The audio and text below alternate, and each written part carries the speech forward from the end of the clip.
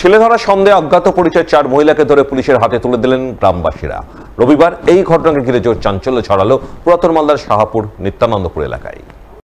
জানা গেছে এদিন দুপুর নাগাদ শাহপুর নিত্যানন্দপুর এলাকায় 4 মহিলা মেয়ের বিয়ের নাম করে বিভিন্ন বাড়িতে গিয়ে সাহায্য প্রার্থনা করেন। গ্রামবাসীরা তাদের নাম পরিচয় জানতে চাইলে তারা বিভিন্ন জায়গায় নাম উল্লেখ করেন।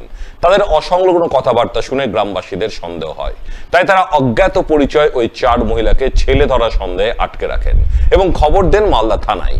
খবর পেয়ে পুলিশ গিয়ে ওই 4 মহিলাকে আটক করে থানায় নিয়ে যায়।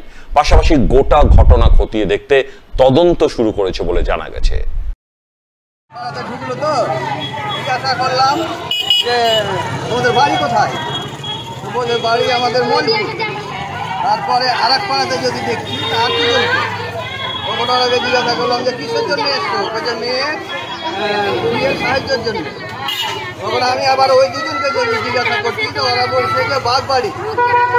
তারপরে চলে গেল এখান থেকে, সবাই টাকা পয়সা দিচ্ছে। মেয়ের কথা যখন বলছে ওই পাড়াতে গিয়ে আবার বলছে যে বাড়ি হরিশ্চন্দ্রপুর, মানে যেখানে যেটা যাচ্ছে সেখানে সেইভাবে কথাটা বলছে। ওই পাড়াতে সন্দেহ হয়েছে যে জায়গায় জায়গায় নাম কেন বলছে, এগুলো লোক একসঙ্গেই আছে তো এক জায়গায় নাম বলবে, সেখানে জায়গায় জায়গায় 2 জায়গা 3 জায়গা 4 জায়গা বলছে। আবার বলছে রামপুর, আবার বলছে হরিশ্চন্দ্রপুর।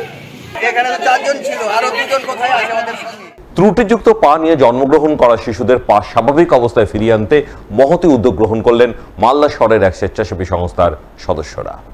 সংস্থার পক্ষ থেকে ক্লাব ফুড বিতরণ কর্মসূচি পালন করা হলো রবিবার। এই দিন এই কর্মসূচি অনুষ্ঠিত হয় মালদা শহরের মকদমপুরে অবস্থিত IMA ভবনে। উপস্থিত ছিলেন সংস্থার সভাপতি ডক্টর দেবজ্যোতি কুমার বোস, সম্পাদক দেবজ্যোতি চৌধুরী, মালদা IMA সভাপতি ডক্টর তাপস কুমার চক্রবর্তী সহ আরো অনেকেই। কিছু কিছু ছেলে মেয়ে খুঁড়িয়ে খুঁড়িয়ে হাঁটছে, কিন্তু সৌভাগ্যবশত সেই অনভিপ্রেত দৃশ্য আজকাল আমাদের আর চোখে পড়ে না। আপনারা এতদিনে জেনে গেছেন এই যে জন্মগত যে ত্রুটি নিয়ে বাচ্চা জন্মেছিল সেটা পুরোপুরি নিরাময়যোগ্য যদি আপনারা ঠিক সময়ে ডাক্তারবাবুর কাছে আসেন এবং ঠিক মতো নির্দেশগুলো পালন করেন। এদিন উপস্থিত সকলে মিলে এদিন সংস্থার পক্ষ থেকে 25 জন শিশুর হাতে ক্লাব ফুড তুলে দেন, যাতে এই ক্লাব ফুড ব্যবহারের মাধ্যমে ওই সমস্ত শিশুরা স্বাভাবিক চলাফেরায় সক্ষম হয়ে উঠতে পারে।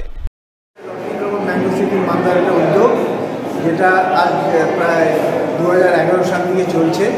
এটা আজকে আমাদের 40তম ক্যাম্প। এখানে আমরা জুতো দেই আর কি। আজকে মোটামুটি 25টা বাচ্চাকে জুতো দেওয়া হলো। যেই বাচ্চাগুলোকে ব্যাকআপ পা নিয়ে আসে আমার চেম্বারে, আমার ক্লিনিকে, সেখানে পুরো প্লাস্টার করার পরে আমরা বাচ্চার পাগুলোকে সোজা করার পরে এই বাচ্চাদের জুতো দেওয়া হয়। ভীষণ খুশি ওরা জুতোটা পাওয়ার পরে, কারণ এই জুতোটা যদি না পড়ে তাহলে বাচ্চাদের পা আবার বেঁকে যেতে পারে।